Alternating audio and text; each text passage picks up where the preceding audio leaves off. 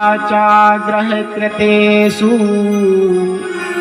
कृपणा कलह प्रिया। इसको कलह करने की आदत बन गई थी। जब तक ये लड़ाई झगड़ा न करे, जिसकी जो आदत बन जाती है ना, उस आदत को आप बदल नहीं सकते। ध्यान रखना,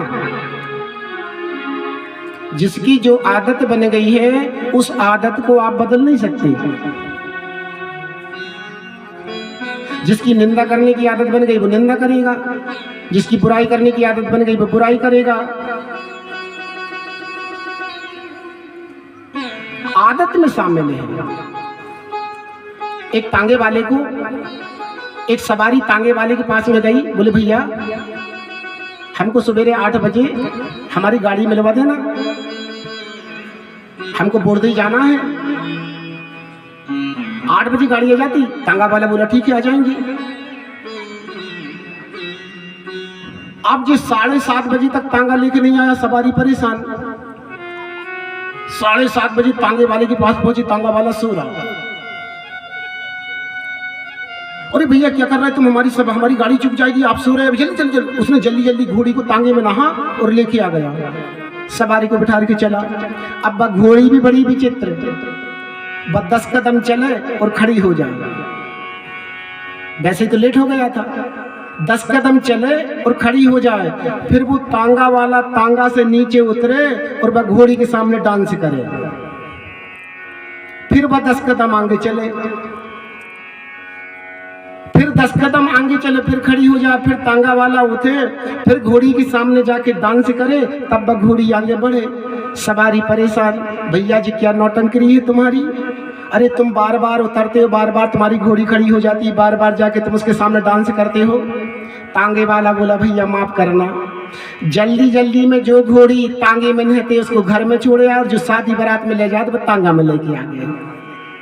इसको हर 10 कदम में डांस देखने की आदत बनी है। जब तक ये डांस नहीं देखेगी तब तक ये आगे। तो जिसकी जो आदत बन गई है ना, उस आदत को अपन बदल नहीं सकते। संत महात्मा बड़े परेशान। देखिए आत्मदेव पंडित जी है, पत्नी से बड़े परेशान, और घर में संतान नहीं है आत्मदेव पंडित जी की। और एक बात बताएं, जिसके घर में संतान नहीं होती ना, वो घर वाला परेशान नहीं होता, मोहल्ला वाले ज्यादा परेशान हो जाते हैं। अरे मालूम है तुम्हें फलाने की बहू आई है, 2 साल हो गए अभी तक कुछ नहीं हुआ। अरे भैया तो तुमको कौन सी दिक्कत, जब प्रभु की कृपा होगी तब संतान भी हो जाएगी। पंडित जी मोहल्ला वालों के ताने से एक दिन इतने दुखी हो गए, इतने दुखी हो गए, इतने दुखी हो गए कि जंगल निकल गए, इस पंचभौतिक शरीर का परित्याग कर दूंगा। निकल गए, घनघोर जंगल में पहुंच गए और जाके बैठे हैं, रो रहे हैं, रो रहे। संत महात्माओं ने देखा, अरे इस घनघोर जंगल में जी ब्राह्मण रो रहा है, चलो पता करते, भगवान के लिए रो रहा होगा, भगवान के लिए रो रहा होगा, भगवान नहीं मिले होंगे, भक्ति के लिए रो रहा होगा, चलो इससे पूछते हैं। कथम रोदसी विप्रत्वयम का चिंता ते बली से, बदत्वयम सतबरम मध्याम स्वस्य दुख से कारणम। अरे पंडित जी क्या बात है, क्यों रो रहे इस जंगल में बैठे बैठे। महाराज क्या बताएं, मेरी दुर्दशा पे क्या बताएं। मेरे घर में एक गाय बंधी है, बरसों से वो गाय बंधी, आज तक उस गाय ने एक बछड़ा भी नहीं दिया। मेरे घर के सामने में तुलसी का पौधा लगाता हूँ तो तुलसी का पौधा सूख जाता है। और मेरी जो पत्नी है ना, कई बरस हो गए शादी के, लेकिन अभी तक उसने एक पुत्र को भी जन्म नहीं दिया। महाराज ऐसी कुछ कृपा करो कि मेरे घर में बेटा हो जाए। संत महात्माओं ने कहा राम राम, हम तो कहें जी भगवान के लिए रो रहा होगा, जी तो बेटा बेटी के लिए रो रहा है। संत महात्माओं ने समझाया, देखो महाराज जी बेटा बेटी के चक्कर में मत पड़ो। कौन से बेटे ने कौन से बाप को सुख दे दिया? महाराज सगर के 60,000 बेटे हुए और संत महात्मा का अपमान कर दिया, पीढ़ी पे पीढ़ी लग गई उनको उद्धार करने के लिए। क्यों बेटा बेटी के चक्कर में पड़े हो? देखो कर्म, जब तक कर्म नहीं करोगे, इसलिए परमात्मा से जुड़ो। मुंचा ज्ञानम प्रजारूपम बलिष्ठा कर्मणो गति विवेकम तु समासाध्या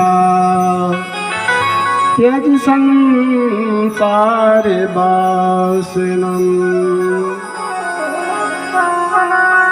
हे महाराज, क्या बेटा बेटी के चक्कर में रोता है? इसलिए जो बेटों का भूत तेरे ऊपर जो सवार है ना, इसको तो छोड़, क्योंकि कर्म में, तेरे कर्म में संतान का सुख नहीं है।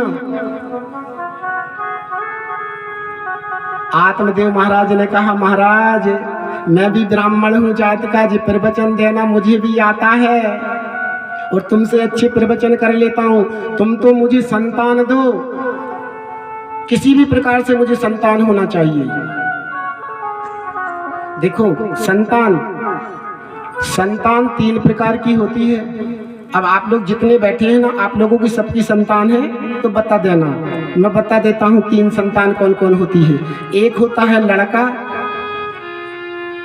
और एक होता है बेटा, और एक होता है पुत्र।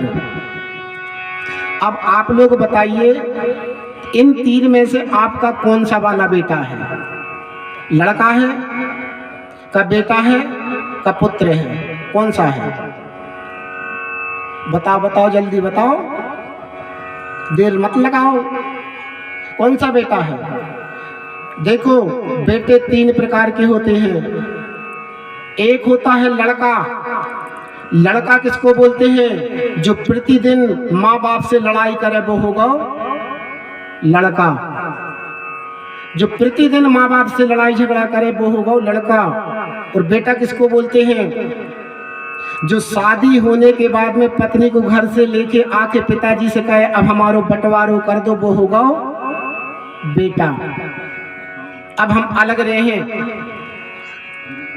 माँ बाप के साथ में हमारी नहीं पट रही, उसको बोलते हैं बेटा। और पुत्र किसको बोलते हैं?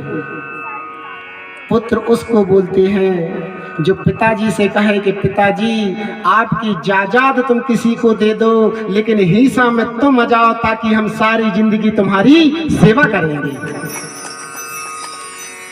सारी जिंदगी सेवा करेंगे। है कोई ऐसा बेटा? अरे माँ बाप के मरने के बाद सबसे पहले वो पेटी को खोल के देखेगा क्या रख के गया है जी। जिस संसार की विडंबना है, वो पिताजी वो माताजी जिनने जीवन भर तुम्हारे लिए सेवा करी, आज बड़ा कर दिया खड़ा करके, कल तुम्हारे घर में बहू आ गई तो तुम कहते हो हम न्यारे हो जाएं।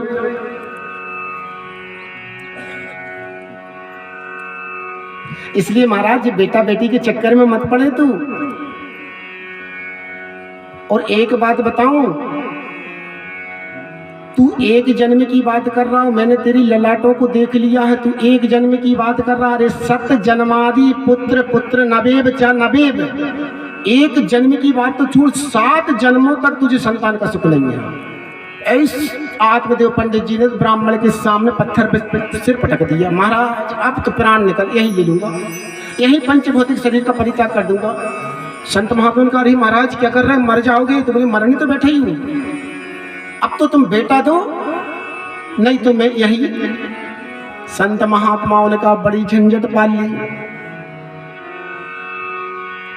उसी समय संत महात्माओं ने सोचा इसको अभी बेटे का भूत सवार है, जो मानने वाला नहीं है। तुरंत अपनी झोली में से एक फल निकाला और महात्मा जी के हाथ में रख दिया, ले जाओ, इस फल को अपनी पत्नी को खिला देना, संतान हो जाएगी। इदम भक्षा पत्न्या पत्र पुत्रो भवस्यति, तुरंत तुम्हारी स्त्री को संतान हो जाएगी। आत्मदेव पंडित जी दौड़े दौड़े आए, अरे ओ भगवान कहाँ गई? अरे देख महात्मा का, संतों का प्रसाद लेके आए हैं, ले जी प्रसाद को खा ले, अभी तेरे पास बेटा खेलने लगेगा, संतान आ जाएगी, संतान का सुख होगा, छोटे छोटे बच्चे किलकारी मारेंगे, इस परिवार का आनंद लेंगे। धुंधली ने उस फल को ले लिया, अब बैठी है, पंडित जी से कहा ठीक है हम इस फल को खा लेंगे, तुम जाओ। अब वो बैठी है, इस फल को खाऊं का ना खाऊं, खाऊं का ना खाऊं, खाऊं का ना खाऊं, इतने में पड़ोसन आ गई। जैसी पड़ोसन आई तो धुंधली ने सारी कथा वार्ता सुना दी। बहन, हमारे पति देवता जी फल लेके आए हैं और कहते हैं इस फल को खा लो, तुमको संतान हो जाएगी। क्या फल खाने से संतान होती? देख बहन, अगर तेरे पति ने फल ला के दिया है तो तू उसको स्वीकार कर, संतान होगी। धुंधली कहने लगी एक बात बता बहन, मैंने सुना है जब बच्चा पेट में आता है तो पेट बड़ा हो जाता है। बोले हाँ, पेट तो बड़ा हो जाता है। अब जब पेट बड़ा हो जाएगा और कहीं मेरे घर में आग ही लग गई तो मैं भाग नहीं पाऊंगी। पड़ोसन ने कहा तू फालतू की बातें क्यों कर रही है, फल खा ले। अच्छा ठीक है, फल तो खा लेती, मगर बहन एक बात बता, मैंने सुना है कि गर्भवती स्त्री जिसके पेट में बच्चा आ जाता है वो फिर ज्यादा भोजन नहीं कर पाती। हाँ बोले, भोजन तो नहीं कर पाती, फिर मेरी 8-10 रोटी का क्या होगा। अब जो तर्क पे तर्क करती जा रही है। अच्छा एक बात बता बहना, मैंने एक बात और सुनी है, बच्चा पेट में जब आ जाता है ज्यादा काम धंधा नहीं करना पड़ता। हाँ बोले, तो फिर घर का काम कौन करेगा। बोले एक काम करना ना, तेरी ननद को बुला लेना। अरे नेंग लेने तो पहले आ जाएगी, इसलिए 8 दिन पहले बुलवा लेना उसको। तो धुंधली बोली ना ना बहना, मेरी बहन, मेरी ननद जो है ना बड़ी चोटू है, घर साफ कर देगी। ए भगवान, इतनी तड़क करी इसने, इतने कुतर्क करे, इतने कुतर्क करे, लेकिन इसने फल को नहीं खाया। एवं कुतर्क योगीन तत्फलम नयम भक्षति, इसने फल को नहीं खाया। इतने में उसकी बहन आ गई। जैसे ही उसकी बहन आई तो बहन को सारी कथा वार्ता सुनाई। देख तेरे जीजा जी फल लेके आए, कहते खा ले। एक महात्मा जी ने दिया, इसकी बहन ने और माथा टनका दिया। देख बहना, जी बाबा बैरागी के चक्कर में मत पड़ना, जी लुटेरे होते, कोई संतान कोई फल खाने से कोई संतान थोड़ी हो जाएगी। अरे तो फालतू के चक्कर में मत पड़े। और देख, देखो विश्वास है इस फल से संतान होगी ना, तो एक काम कर, तेरे घर में जब गाय बंधी, बछड़ों से बंधी, ये बांझ बची है, इसको आज तक एक बछड़ा नहीं दिया, इसको खिला के देख ले, पता चल जाएगा संत असली थी कि नकली। और रही तेरे संतान की बात, तो मेरे गर्भ में अभी बच्चा है। एक काम करना, 8-10 दिन पहले आ जाना और रात बच्चे को ले जाना, अपने पति को बता देना कि हाँ मुझको संतान हो गई। धुंधली ने और उसकी बहन ने पूरी रामलीला रच दी। यहाँ धीरे धीरे समय आया, पति देवता को कहती फल खा लिया, मेरा 5वां महीना चल रहा है, मेरा 6वां महीना चल रहा है, मेरा 7वां, और जैसे ही 9वां महीना आया अपने बहन के घर चली गई। और जैसे ही बहन के घर गई और बहन के घर से आई तो साथ में गोदी में एक छोटा सा बच्चा लेके आई। पंडित जी से कहा देखो अपने घर में संतान का सुख हो गया। पंडित जी बड़े खुश, आनंद। उसके 3 महीने बाद जो वो फल गाय को खिलाया हुआ था, उस गाय से भी एक बच्चे का जन्म हुआ। वो बच्चा बिल्कुल मानव जैसा था, सिर्फ कान भर उसके गाय जैसे थे, पूरा मानव जैसा बच्चा। गांव वाले कहने लगे देखो जब भगवान देता है तो छप्पड़ फाड़ के देता है। अरे पंडितानी को संतान नहीं हो रही थी, पंडितानी ने संतान दे दी। और पंडितानी की कौन का है, उनके घर में जो गौ माता बंधी बाने भी बच्चे को जन्म दे दिया। पंडित जी के तो भाग होता होगा। पंडित जी ने तुरंत नाम संस्कार पंच का पंचांग निकाला, गाय से उत्पन्न हुआ तो बच्चे का नाम रख दिया गोकर्ण। क्योंकि गाय से जन्म हुआ ना, तो बच्चे का नाम रख दिया गोकर्ण। और पंडित जी राशि देख रहे थे अपने बेटे के लिए।